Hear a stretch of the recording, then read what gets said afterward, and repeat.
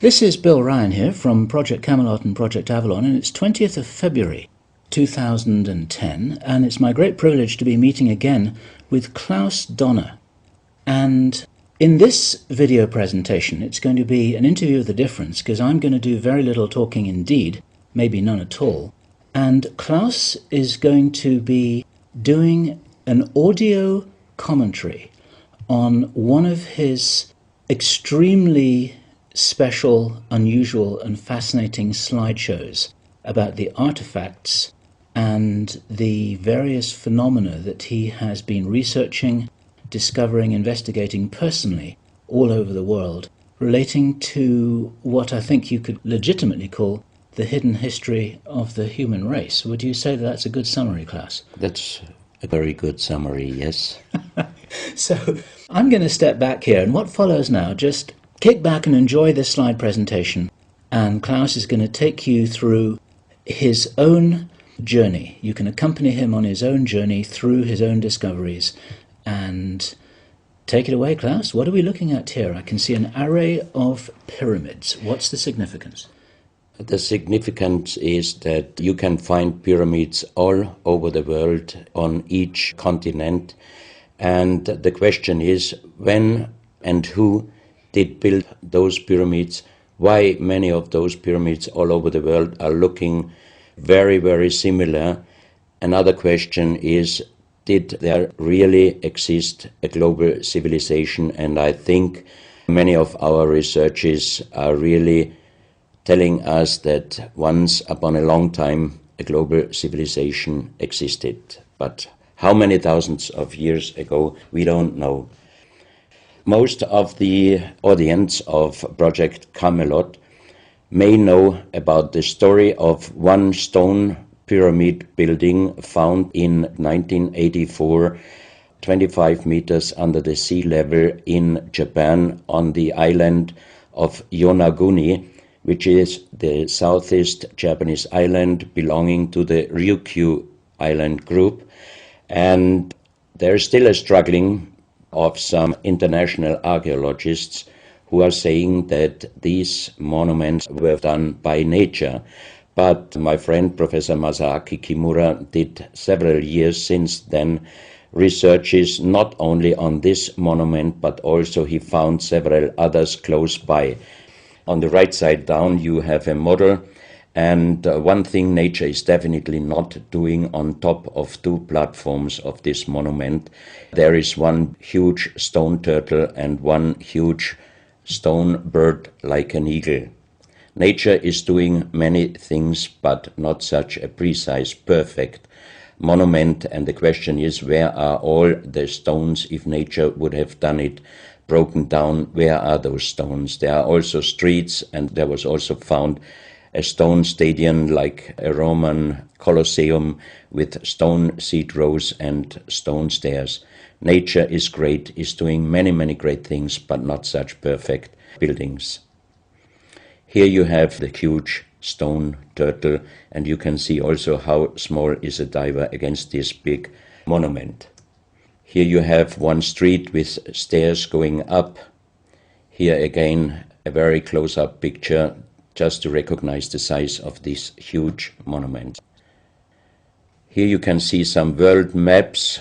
On the top, on the right side, you can see the Piri Reis map, which was used already long time before Christopher Columbus came to America. And you can see how perfect this map was already in the beginning of the 16th century, showing part of Europe, of Spain, Portugal, part of Western Africa, and also part of South America. We do not know until now who was able to make such a perfect map already centuries ago.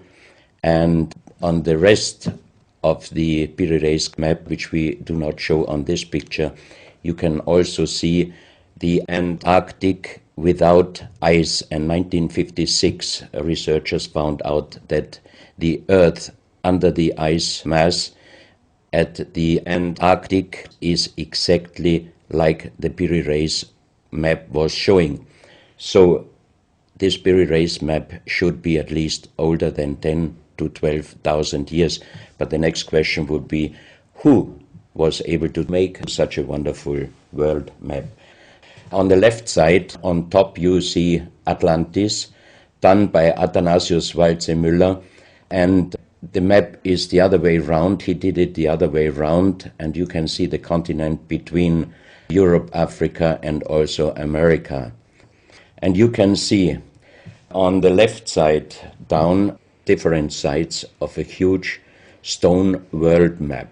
This stone world map was found in 1984 while gold digging in Ecuador in an underground tunnel system with other 350 artifacts which do not really fit any known and existing South American pre-Columbian culture. On this stone map is a natural quartz line, a white one, and this is the front side of the world stone map, and you can see approximately in the Near East, close to Saudi Arabia, you can see an inlay as an eye. And from this eye to the right and to the left is a natural quartz line going on the right side over India, Thailand, and also there is a long island on the right side, which Professor Kimura's research gave him the statement that from the northeast Japanese island until far down after Taiwan, once there existed a huge continent. But then this world map must be older than at least 10 to 12,000 years.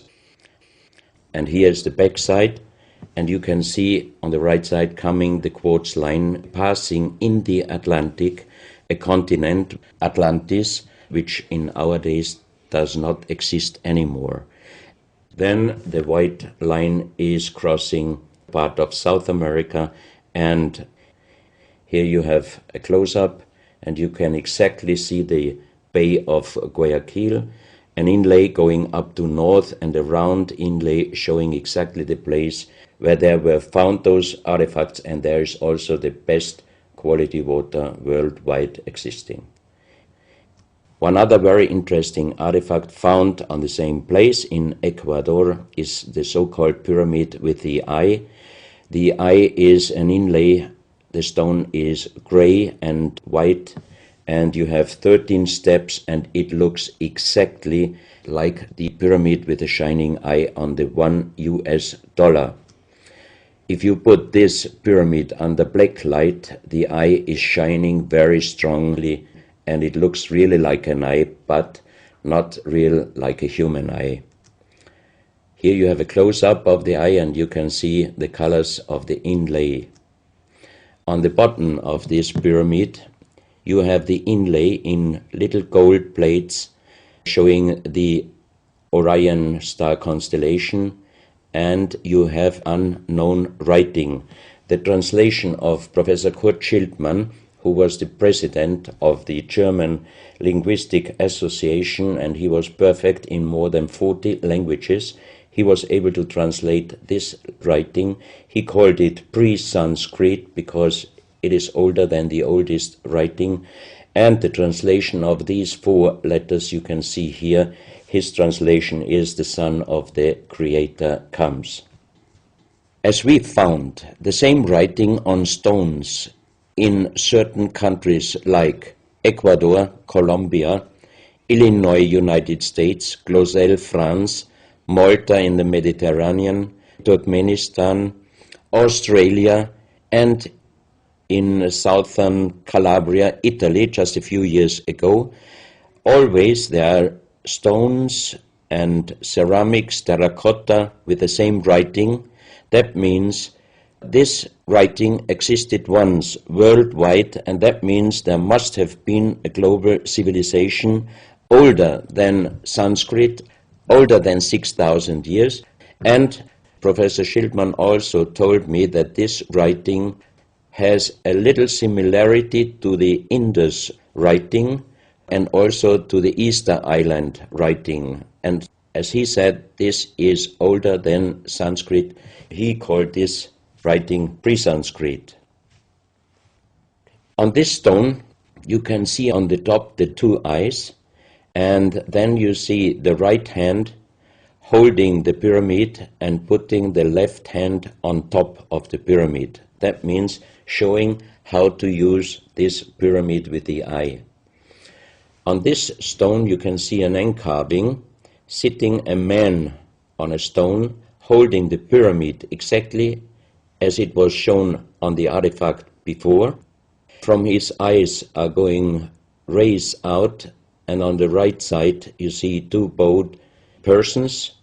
On his head he has something like a small helmet, and from this helmet goes up like an antenna to a strange object over him. And here you have the photo of the discovered helmet. We could not yet make a metal research or checking what kind of metal was used, but you can see in the center of the helmet that something is missing, and that might have been this kind of antenna which was shown on the artifact before. Another very strange finding from the same place is one big jade cup and 12 little jade cups. As the 12 cups are man-made and each one is a little bit different in size, if you fill them up perfectly with water and you put the 12 cups of water inside the big cup is completely filled. The next strange thing is that you can see on the little cups numbers which are looking like the Mayan numbers, but if you compare them with the Mayan numbers, you find out that there are some little differences. And on the big cup you can see a perfect inlaid star constellation, also showing the Orion and other stars. And inside the big cup it is very, very magnetic, and outside the cup nearly nothing. Professional geologists are saying this is impossible, because if a stone has metal particles inside the stone, it must be same magnetic from both sides. Here you have a close-up of the big cup, and you can see a perfect inlay of star constellations, and they are shining very brightly if you put black light on it. Here you have some small cups that you can figure out more clearly the style of the numbers inlaid in a strange material, also shining under black light. That's another piece, a jade plate with the same star constellation inlay like on the big cup, and two persons facing the sky, and on the next picture you can see that also the eyes of these two statues and the star constellation is shining very strongly under black light. This was once a hard-formed brown stone, changing the color in the center of the stone into black, which usually in nature does not happen. And you can see, if you look very close, you can see a face with closed eyes, with a mouth, the nose, a long beard and long hair. On the left side, the face and also the stone is broken. This is the reverse side of this stone. You can see a spiral and a triangle. The center of the triangle is very magnetic, also shining under black light. Here we have the backside of a cobra. The cobra never existed in South America, but this one was found at the same place. On this side of the cobra head you have 33 lines, inlines. So 33 is also a very mystical number since long time. And on the left side and right side you have 7 points inlaid, and maybe these are the chakras. Also this cobra head is shining brightly if you put black light on it. Another object here, you have a perfect worked dolphin head, and also this artifact is shining under black light. Here you have a kind of stone helmet. You can put this granite stone helmet on your shoulders, or you can lay your head inside it, and the inlay points which you see on this helmet, some experts told me that these points are exactly the acupuncture points on the human head. Here you can see how it might have been used, and a few months ago they found at the same place an unfinished stone helmet. So that means that also some of these artifacts were made directly in Ecuador, but many, many years ago. And also the inlay on this object are shining under black light very bright. This is a fantastic jade snake, and also the inlay points are shining under black light. Here we have one artifact which is very perfectly carved on the back side, so that means it might have been used to put this artifact on the front of your forehead. You can see the two eyes inlaid, and on the reverse side you have the so-called third eye. Maybe this artifact was used for some ceremonies or for meditation. Here we have a jade plate with an inlay of a spiral, also shining brightly under black light. Another one, you can see 7 rings inlaid in the jade plate and also shining under black light. Maybe this also could be a presentation of the 7 chakras. Here is one of the ceramics found there. It's a great masterpiece, and the question is, how can you make this artifact out of one piece of ceramic? Here we have another pyramidal stone found also in Ecuador.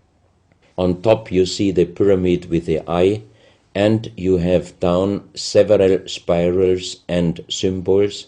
Some of them are very similar to the churchward Nakal plates, which he found 1880 in India, and the translation was talking about the sunken continent of Mu. This is a marble with another inlay of a spiral, also shining very brightly under black light. Another stone in a pyramidal form with an inlay of an eye. Here you can see again the pyramid with the eye, and on the bottom you see the Orion star constellation, the 3 Orion stars, which might focus us to the 3 pyramids in Egypt. Here you have a ceramic statue. You can see the style of sitting is not real pre-Columbian style. It looks like the lotus seat from Asia. On top of this statue you have a head with some points, and it looks quite similar to many of the Buddha presentations. He holds a snake in his mouth. The snake is a very, very mystical and very often presented object. So that means this statue is not from any existing or known pre-Columbian culture. Even the next one, you can see that how this statue is sitting, it looks more the direction of Asia. On top of his head, again a very strange head, and in the center you can see like the head of a frog. Also the frog is a very mystical animal in old South American pre-Columbian culture, but also in Africa and also in Asia. Here another ceramic statue holding a kind of plate in his left hand, and it looks also not really pre-Columbian culture. This is another very strange artifact holding a stick with a snake. Again we have the snake here, and the question is where and who this statue was done. This is a photo of the Altiplano in Bolivia.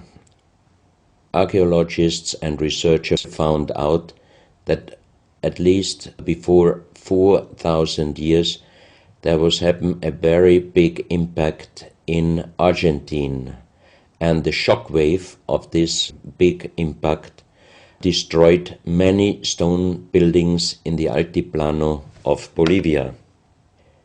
You have here a picture of Pumapunku, a very strange place close to Tiahuanaco in Bolivia, and you see tons of stone plates with perfect work on it, destroyed. Maybe this was the reaction to the big impact in Argentina. Here you have my friend Giancarlo Bonfanti, Italian researcher, in the center of the so-called Sun Gate in Tiahuanaco in Bolivia, and some researchers write that the figurines on top of this side of the Sun Gate are showing the Venus calendar. Here you have one of the big stone plates from Pumapunku, and you can see how perfect this stonework was done. And the question is, could you do such perfect work with simple tools?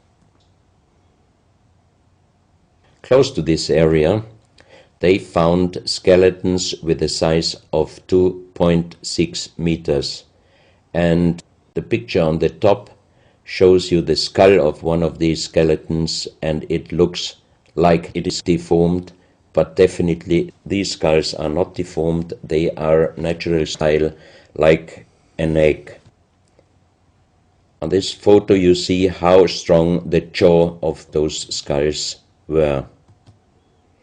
This is a front view, and the most interesting photo is this one, because you can see that the top of the skull does not have the three plates which we have as Homo sapiens, and that shows us that these skeletons are not Homo sapiens. What we might be able is doing a DNA check and an age dating on these skeletons, because we are very much wondering what kind of humans did exist long time ago and how long ago. On the next pictures I show you some artifacts found close by the real giants, and when I first time got this mask in my hands, I tried to look through the two eyes. At that time I didn't know that they were belonging to 2.6 meter skeletons, and I was just wondering, why did they make masks where you can only look out from one eye? But after knowing that those people were over 2.5 meters, I could imagine that their skull was of course bigger than our skull, and that's why these masks were for us oversized. That's another mask from Bolivia, another one with very wonderful encarving, many spirals and many symbols, which we also found in many other cultures. This is a very heavy stone figurine, and again here you can see on the top the head of a snake going down on his backside. This is the reverse side. You can see again the snake. So that means the snake must have been a very, very important animal in the past of our history. Here you can see a stone flute. The strange thing is that the vibration of the sound of these stone flutes is exactly the same as our brain waves. So that means maybe those flutes were used for meditation or for healing purposes. And each two holes are connected perfectly with each other. That means you can make perfect holes into this very, very hard stone, but how you connect with simple tools the two holes on the bottom, this would be even in our days a very difficult work to do. Because it's in the shape of a U and it curves round inside the stone. That's right. And With simple tools, you are definitely not able to do such a work. And even the holes are very precise. This is the form of a boat, and you have 3 flute pipes at the end. Here you can see how perfectly they were made. This is another flute, very small. You can use it only with very soft blowing, and the sound is like the sound of the dolphins. This is an artifact where we do not have any idea for what purpose it was used. Now we are in Colombia. On the next few photos, I show you very strange artifacts from Colombia in South America. The most famous industrial designer and architect in Colombia, Professor Jaime Gutierrez, is collecting strange artifacts from his country already since centuries. His most important piece is the so-called genetic disc. Here you can see a disc made out of lyddite, a very hard stone. It's nearly the same hardness as granite, but the structure of lyddite is like leaves, so it would be quite impossible to make the same disc in our days out of the same material. The diameter of this disc, we call it the genetic disc, is about 27 centimeters. And on this disc you have several things presented which usually you can only see with a microscope. For example, on the left side, around 11 o'clock, you can see one egg, human egg, without and another with spermia. On the right side, at approximately 1 o'clock, you can see some spermias, and then you have several very strange presentations which we could not explain. But here on the left side you have a microscopic photo from the inside of a lady done by a Swedish photographer, and you can see that the egg without and with spermia looks exactly like the presentation on this genetic disc. On the reverse side you have on top several presentations of fetus in different size, different age, ending up with looks like a little child. You see also at the end of the plate around 6 o'clock female and male, and also on the right side around 9 o'clock you can see the presentation of man, woman and child. But the strange thing is how they present those human-like heads. Here you can see a knife done by the same material, lyddite. On top of the knife, on the handle, you have mother's head, beyond you have the child's head, and the umbilical cord is going around the neck of the child. So that means this knife would have been used to cut the umbilical cord, saving the child's life. This is a close-up mother, child and umbilical cord. This is an instrument. It might have been used for helping the child coming out, leaving the mother, when there were some complications. And it is also made out of the same material, lyddite. You have here the vagina and the child's head coming out, and on the reverse side you can put only your thumb inside. That means you can only use this instrument with your fingers, meaning you cannot use power. So that means it might be safer helping the child leaving the mother than our instruments we are using in our days, because sometimes the modern instruments, while being used, can damage the child's head. This, we think, is a medical instrument. It is also lyddite, and it's a perfect form. Another one, and these are other ones, they are very much smaller than shown on this photo. And when we did a material check in Vienna, the most expert worldwide checked those pieces. First of all, the material. Each one is done with lyddite, and the form itself, he checked them, and finally he said, I cannot tell you how they were done, who did they make, but the only thing I can definitely tell you, from the same material in our days, we cannot make the same instruments.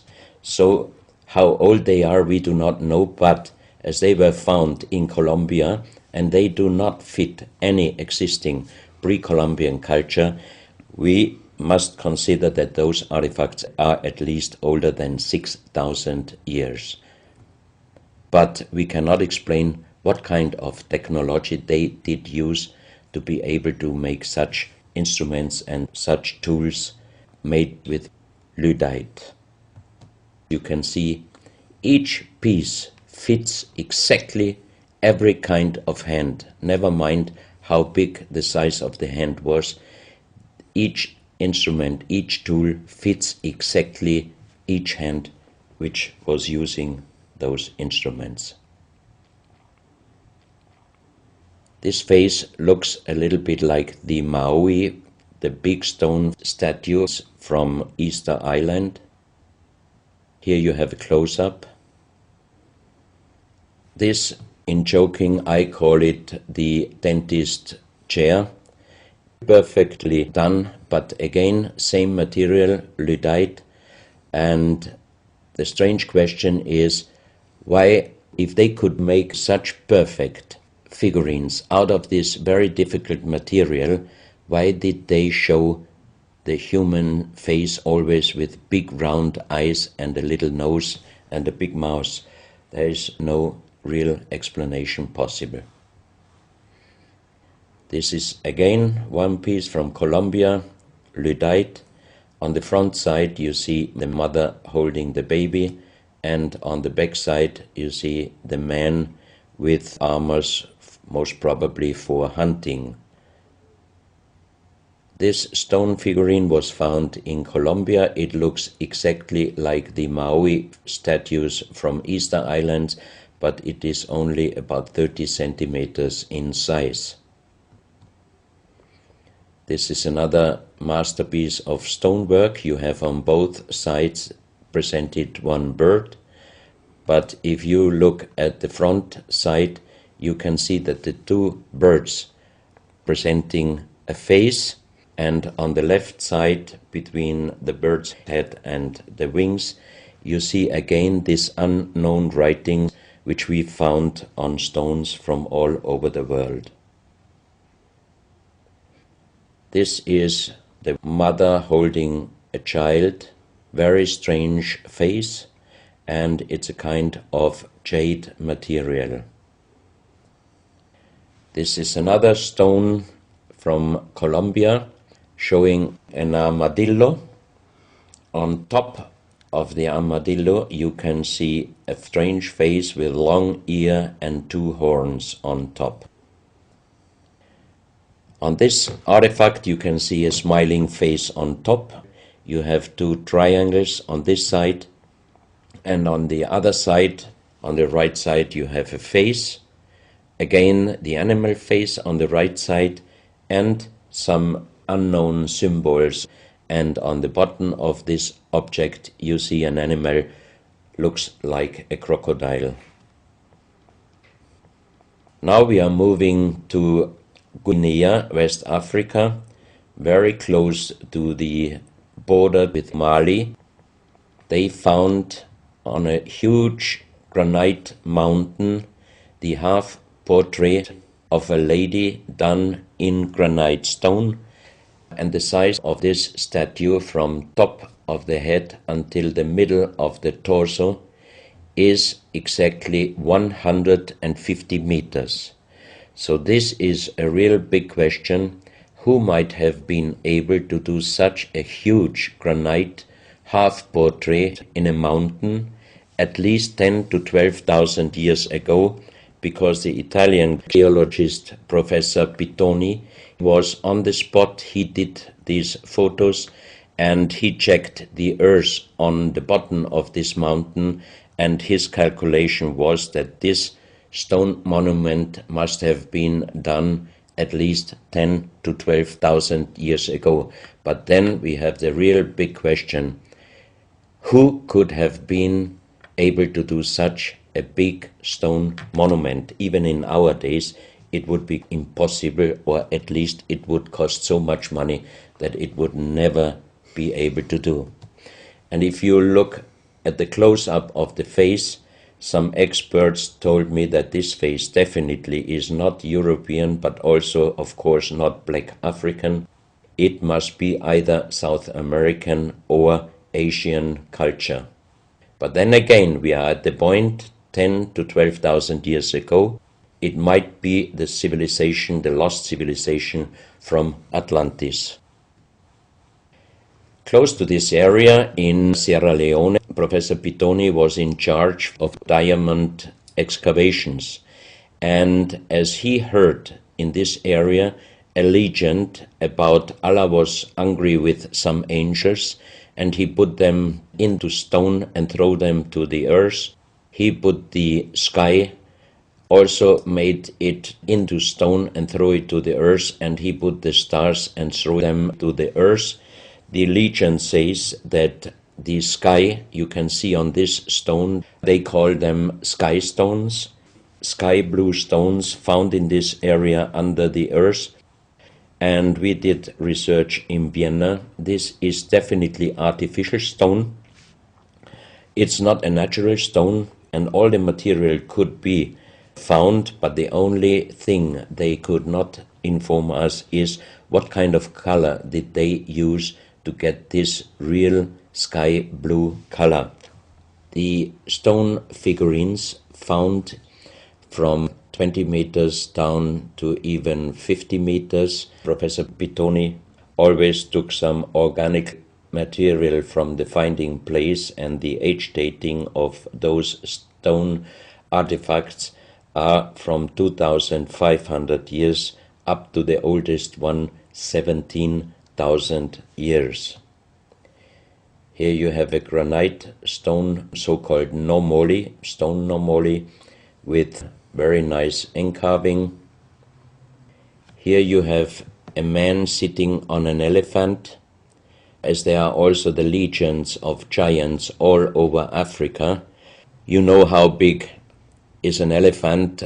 It's a wonderful stonework. It's very hard and very heavy. There are also some artifacts showing half human or human with the head of a reptile, holding a kind of pot in their hand, and they could put something inside this pot, and also on top of several nomolis there is a hole for putting something inside, and most probably they were used for ceremonies. Here you have a kind of animal. It looks like a dinosaur. And when Professor Pittoni found this statue, it was making a strange noise. So he opened the statue, and they found inside the small black ball you can see on the bottom of the statue, and this was iron material. When we did the research on this artifact, and especially on this metal ball, next morning the professor called me and told me that somebody must have done a bad joke to me. I asked why, because the result of the research was this metal material is chrome steel, and chrome steel was found first time at the beginning of the 20th century in Austria. That means it was impossible inside a statue with the age of approximately 17,000 years. But when I called immediately Professor Pittoni, he was laughing and he said, I'm a geologist. If a statue is making a strange sound, I do not open it just right away, but I did several X-rays, and you can see here on the right picture one of the X-ray photos, and you see that inside the closed statue already the round ball, the chrome steel ball, was existing. On this X-ray photo you can see exactly, and also Professor Pittoni saw, that this statue in former days already was opened but perfectly closed again, and he called a specialist who opened it exactly concerning this photo, the small stone ball which was closing the hole inside, and you can see that the metal ball was already existing. Some of you might have watched several pictures, photos on the internet of giant skeletons found in desert, in India, in China and other places. Most of those photos were competition photos to present Photoshop. Perfectly done. I also was quite impressed when I received first time one of those photos, but these photos I'm showing you now, they are definitely not coming out from a Photoshop competition. These photos are real skulls and skeletons. This skull was found in a tunnel system underground in Colombia. The skull is dated up to 11,000 years.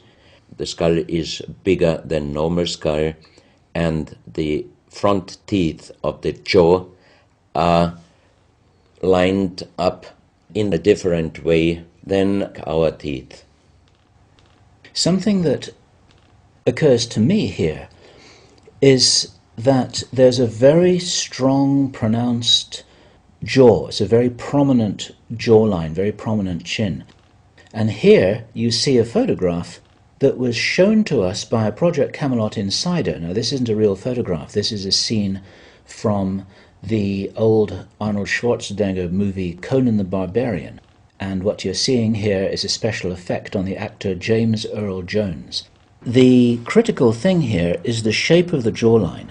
Our witness, who had spent time with the Anunnaki in real time, in the present day, said that one of the things that characterizes them, besides their size, which he says was 8 or 9 feet tall, he said they're very large and they're very strong and they look larger than that, but that's round about their height, which matches exactly the 2.6 meters that Klaus has been talking about. He said it's a very prominent, strong jawline, and this is what strikes me about these skeletons, these skulls here that we're looking at right now. Didn't know. No, you need to know this. Back to Klaus. So once again, here you have a very old photo done in a museum in La Valletta in Malta, and it shows several long skulls, and the explanation is deformed skulls, but they are very long, going to the back. This is one of several very, very strange skulls. They are presented in a small museum in Ica in Peru. Ica is located close to the famous Nazca lines, and the museum is called Museo Maria Reiche, the German lady who was researching her whole life about the Nazca lines. And in this museum you can see the most strange skulls I ever saw, all found in this area close to the Nazca lines. So the question is, what kind of humans were living there, and how did they get those skull forms? And especially this one, definitely several doctors and experts told me it would not be possible to create such a kind of deformation, because through deformation you do not get the double bone material on the skull, and on this skull even you have particles of the skin and hairs, and I think it would not be difficult to do a age dating and especially a DNA analysis of this skull. On this picture, I show you some legendary skeleton forms of giants. In the year of 1964, in the south of Ecuador, in the province Loja, there broke down a part of a mountain platform, and Father Carlos Vaca, who was working as a priest in hospitals, he was called to this place and he found the broken bones of a giant. Good. Well, Klaus, I asked you if you would take us on a journey, and for the last nearly an hour, I think it is, you've taken us on a fascinating journey not only around the world, but through time, back as long ago as 17,000 years. And it's a real reminder of how little we know about what our history really is. These are important pieces of an important puzzle, and you're doing an enormous amount to raise people's awareness of what it is that we're not shown in many museums, what it is that we don't read in anthropological textbooks, and what it is that many university professors still refuse to recognize. And thank you so much for your part in helping to raise our own understanding of our history on planet Earth. Klaus, thank you.